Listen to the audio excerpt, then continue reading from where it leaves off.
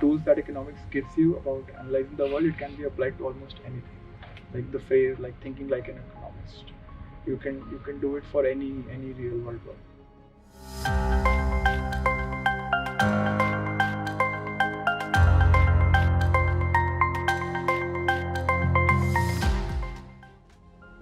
Welcome to this next episode of Aluminescence, organized by Board for Student Welfare in association with IITD OnAir.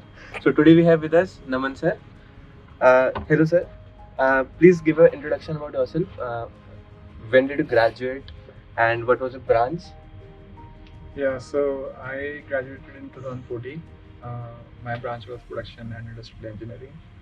So after completing my B.Tech, I did a master's at Delhi School of Economics, so which I completed in 2016. And right now I'm doing my PhD in economics at Columbia University. So what is your daily schedule like? What do you do in your day?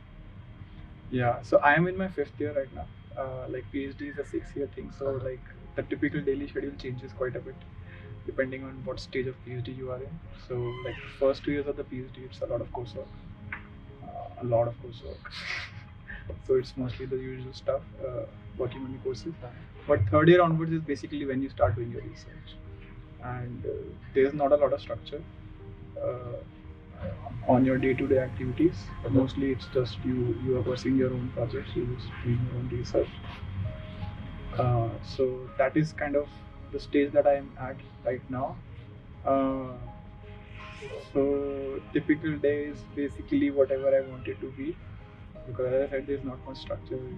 I just like going to office, so I would just go to office and work on my research. Would you say it is similar to the schedule in IIT?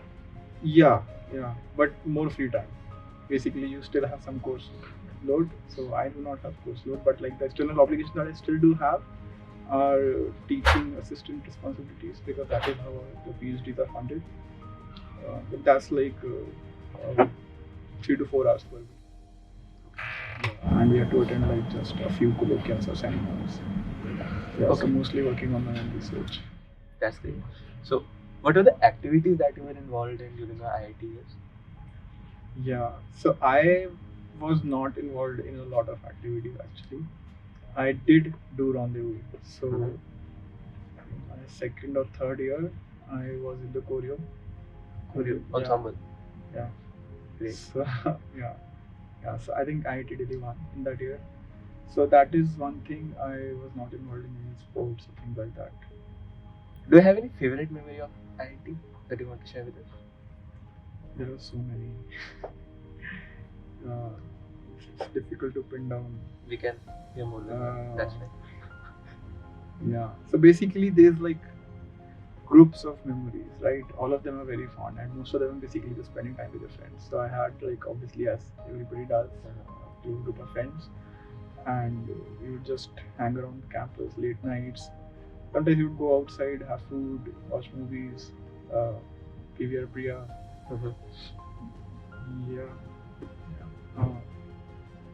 I think the entire time is very. I'm very. Now that you asked that question, it's easy for me to get nostalgic, right? And it's difficult to pinpoint a specific memory. It's just always very nice. Yeah. So you have seen the IIT campus today, right? How has it changed? It has changed a lot. I think in the past, so there's much more greenery. I think I have noticed.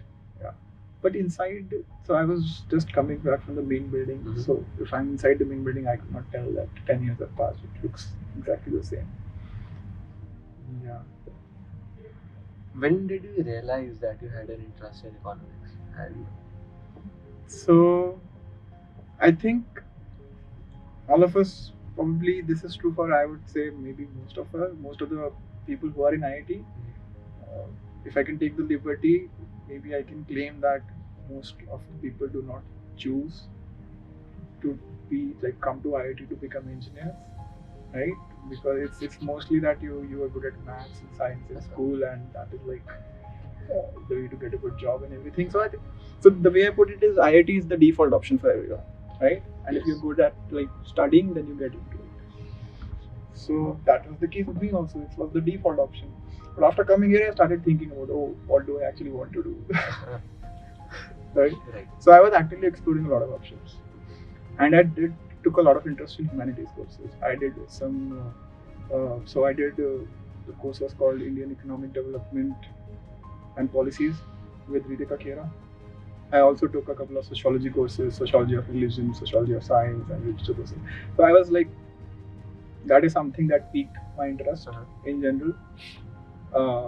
So I think it was a gradually I just like started gaining interest in social sciences in general. I was in fact almost going to pursue sociology after IIT. I was just reading sociology and econ textbooks, and I happened to read this concept of comparative advantage in economics.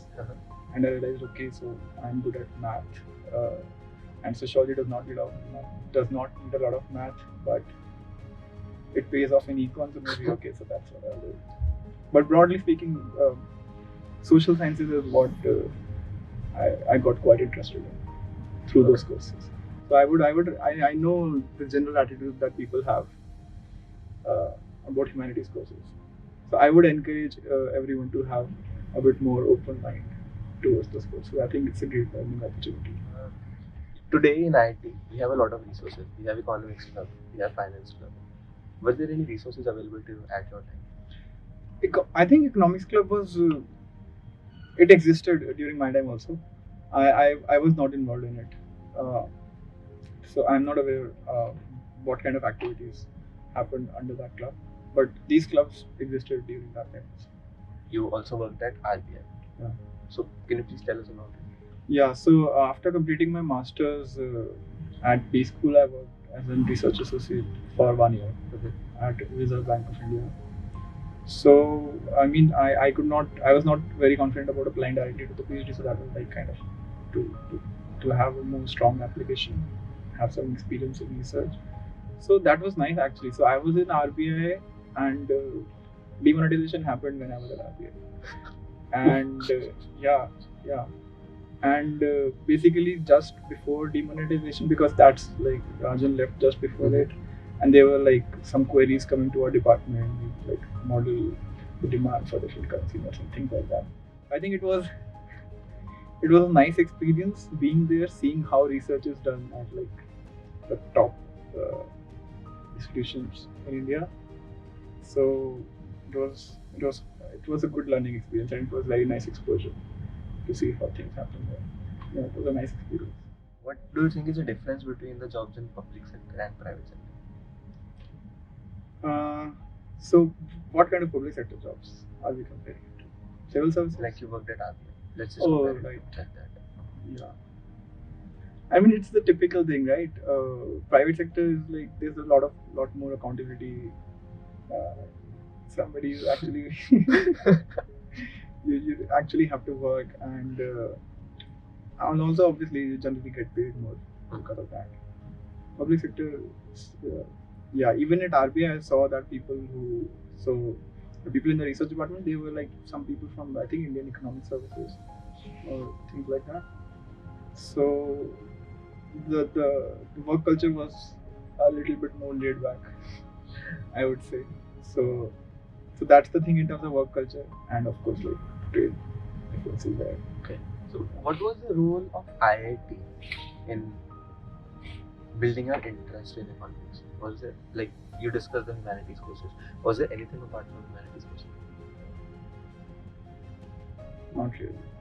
Not really. So I was in industry and production, and we do some operations courses which have optimization.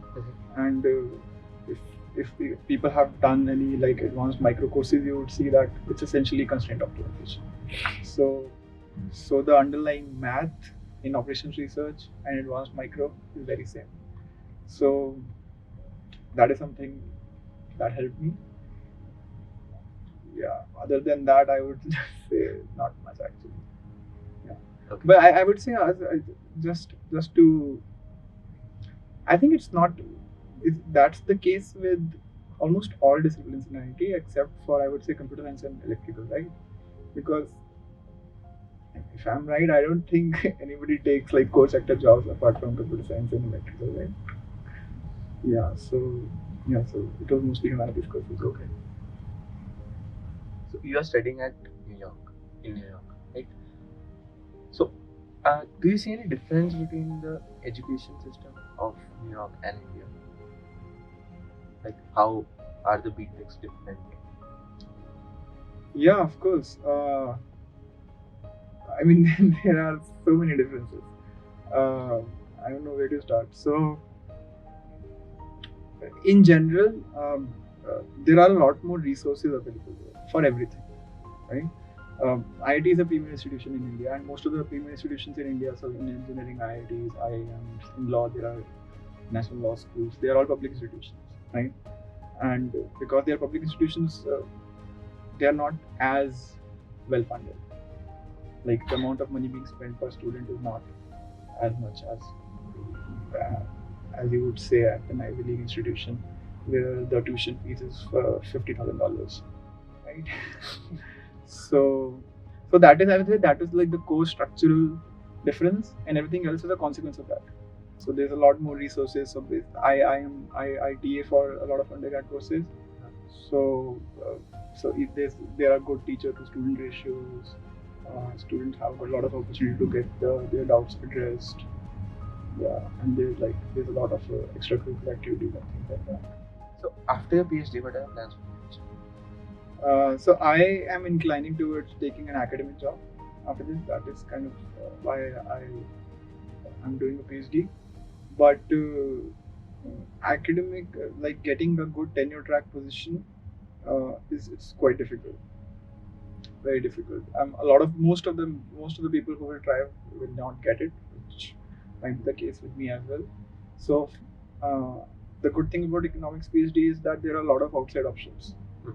In terms of you have very good private sector options after completing your economics PhD. A lot of people are taking tech sector jobs after completing their PhD. So Amazon is hiring economists like anything, so many, and they are paying them very well. Other tech companies also, Uber, Spotify, because what is happening now is most of the PhD training in economics is mostly, like in terms of tools and methodologies, it's mostly causal inference and applied economics, right? So those tools and methodologies are in high demand in private sector also. Uh, so it's like at the higher end of what is being called data science right now. Okay. So econ PhD, I would say, is very lucrative, even for people who would want to go to private sector. Yeah, so it's like a good, even if you want to do an academic job, this thing provides a very good safety net that you have good outside options. This might interest a lot of people in pursuing economics. So, let's just get back to the scenario that you are an IT student right now, B.Tech student, and how would you pursue economics in today's time? How would you start your journey? Yeah. So I think there's more economics faculty at IIT Delhi right now. So I just take those courses. The faculty is great, and start reading books. You can try to get a sense of like what econ is. If somebody actually then gains sufficient interest and that is what they want to do, I would say the next logical step is to do a master's degree, because after IIT it's almost impossible to get a PhD job, because like why would any PhD, like why would anyone give you like admission to like a B.Tech, right, if you don't have anything. So masters is the next step. Um, and it will give you like first hand with more experience also what econ is. You will get an entire like 2 year degree, and then you apply for a PhD if you still want to go further in terms of higher study. So, and for masters, Delhi School of Economics and Indian Statistical Institute, these are the two main places. And the good thing about both of these places is that a lot of people get placed in good PhD uh, departments after completing masters there. Okay. So yeah, that's like the logical way to do it. Let's change the scenario. Now you're not a student. Now you're a student mentor whose like mentee wants to pursue economics. How would you advise? I guess same advice. So I think one thing that everybody should make sure is why do they want to do economics? Because it's one thing to do just a couple of courses and like, oh, this seems very interesting. It's another thing to just like take the plunge and like do further degree in it, right? So one option is you take a master's degree and maybe that's it. You don't do a PhD. Get some jobs out of it. So I would say people should have some sense of long-term objectives from an economics path, right? And then work your way backwards from that. Because PhD is not the only option. There are a lot of other things that you can do after pursuing just a master's degree. You can get public policy jobs. So in fact, that is something. Uh, that is basically the reason why a lot of people might be interested in economics in the first place, right? So maybe you can just do a master's degree and get involved in public policy. Uh, so basically have a long-term objective and work your way backwards, and that can help. And in terms of planning, the advice is the same that I said, right? The next logical step is to basically do a master's, and then you have to decide whether you want to do a PhD or basically exit right after masters. So what exactly is the course structure of the Master's degree? Yeah. So it's first year is core courses. Basically, there's micro 1, micro 2, macro 1, macro 2, and econometrics is basically what I said. Nowadays, there's a lot of economics is mostly just what is called applied economics. It's called inference. So basically, most of the econ people will be doing a lot of statistics, so which is also called econometrics in econ. So two macro courses, two micro courses, two econometrics courses. This is like the core sequence, which is basically most of the first year, and second year is electives, where basically you can choose your own courses. And there's a lot of subfields, and there's a lot of all of them have like I find a lot of them like many of them quite interesting. So industrial organization, political economy, labor economics, health economics, development economics, broadly speaking. So there are like so many fields, and you can kind of like decide which field you want to specialize in, and you take elective courses in that in your second year. Let's say you are in a time machine and you go back and you have a chance to change something or do something different. What would you do? Not much actually. I don't regret any of my decisions. Maybe I'll try to get more marks, more GPA. But that didn't matter. Maybe I was lucky. I did not have a lot of GPA. I was 7 point something. Yeah, but to pursue a master's degree, GPA does not matter in economics because it's through entrance exams. Yeah, so I have no regrets, so to say. What are the entrance exams that you mentioned? Yeah, so I mentioned Delhi School of Economics and ISI, Indian Statistical Institute, but actually JNU is basically the third option, which is also not bad. So the preparation for Delhi School and ISI would be very similar because their entrance exams are very analytical aptitude kind of questions. Right? So for both of them, there's a lot of element of basically people who have done JE will not have difficulty in completing those sections of the exams. But then the entrance exam also has basic micro and macro questions. So people need to complete that sequence. I mostly did self-study. There are basically certain books in micro. There is a book Intermediate Microeconomics by Hal Varian, and macro there are the standard books. You can just Google this, and which are basically standard textbooks to prepare for entrance exams. But it is just to build your concepts. What actually pays off to succeed in exam is the standard thing. Attempt a lot of past year questions to get a sense of what is happening. The entrance exam for ISI is much more difficult to crack. Delhi school is easier because it has subjective questions. So you have to. It's not just multiple choice. You have to actually solve the questions, and they are like quite difficult. So it's similar to I have heard like 30 years ago JE was also subjective, right? And if you see those questions, they are like, oh my god. So it's like that. So ISI has subjective questions which are somewhat more difficult, but the concept that you need to solve those questions is the same. Uh, yeah, and ISI also has a second stage, which is interview. So the people who are shortlisted, they have an interview. Interview is it's not like an HR kind of an interview. It is still basically to see your economics knowledge. In the interview, what happens is you get two questions and like 10-15 minutes to prepare, and then you go in front of the panel and you have to solve those questions on the board. So they want to see how you approach the question, how you solve it. It does not matter whether you actually get the question right. So this is basically D School and ISI. JNU, the entrance exam is slightly different. The preparation for JNU entrance exam will be, I think if somebody is aiming for D School and ISI, you kind of automatically cover JNU. It's just that the format of questions is quite different, so you just have to look through the past two exams. But I would not say there's any additional preparation. There will not. Yeah. Oh, by the way, there's also coaching. Some people take coaching also for entrance exams to these master's programs. Is there any difference between economics and finance? And if there is, what is it? Big difference. So there's a joke in economics, right? Like there's a joke in, I don't know how you do this joke in engineering now.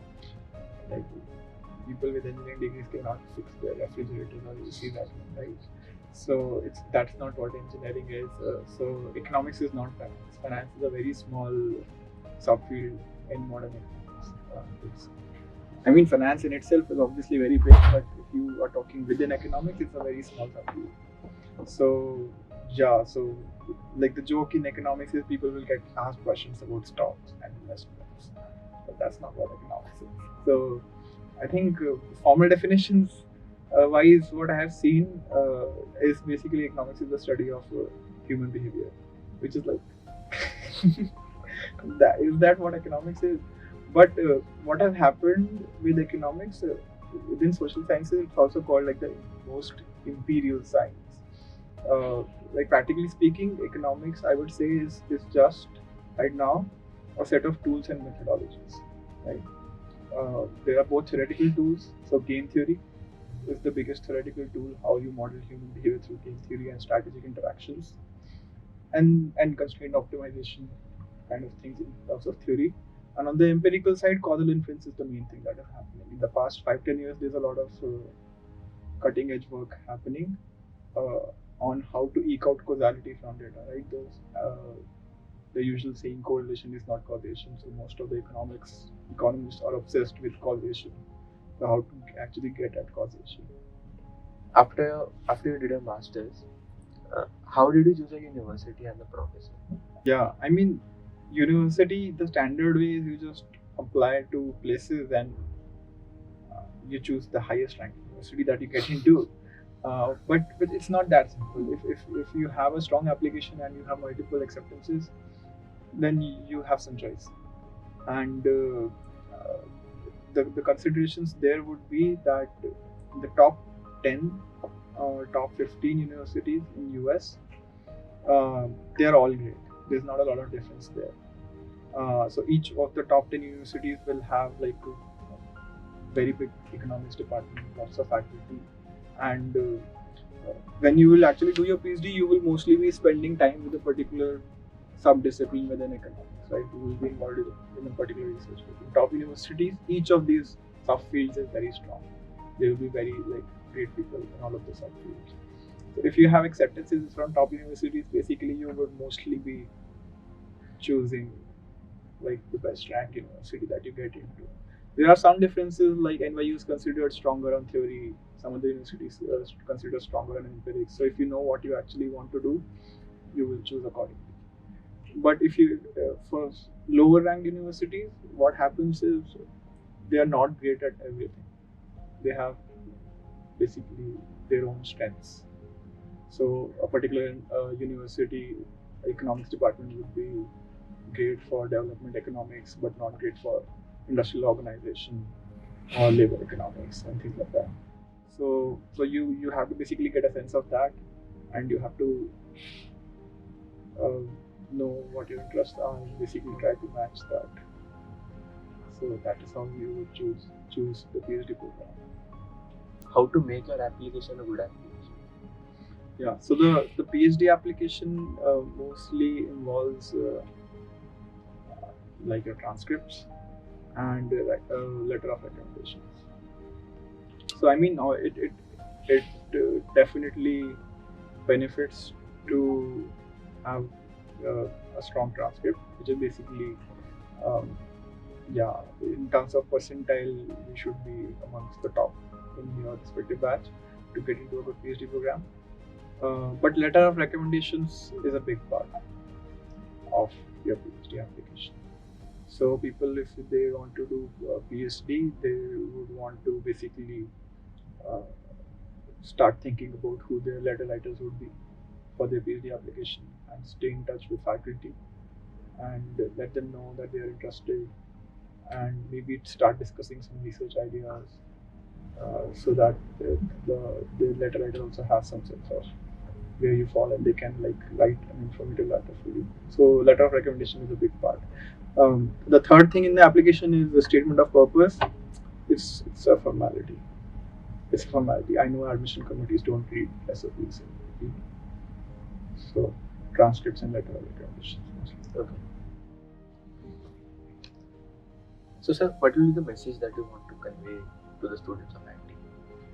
Yeah, so I don't have any message to give to everyone like a common message because there's a lot of diversity and I don't think anything applies to everyone, but at least to people who are interested or even just considering economics as an option after B.Tech, I would say it's a great option to explore. Uh, the tools and the methodologies that economics trains you in, they can be applied to almost everything. As I mentioned, and to phrase thinking like an economist, you can, it gives you a very nice perspective on how the world works, and you gain a very different understanding of how things work.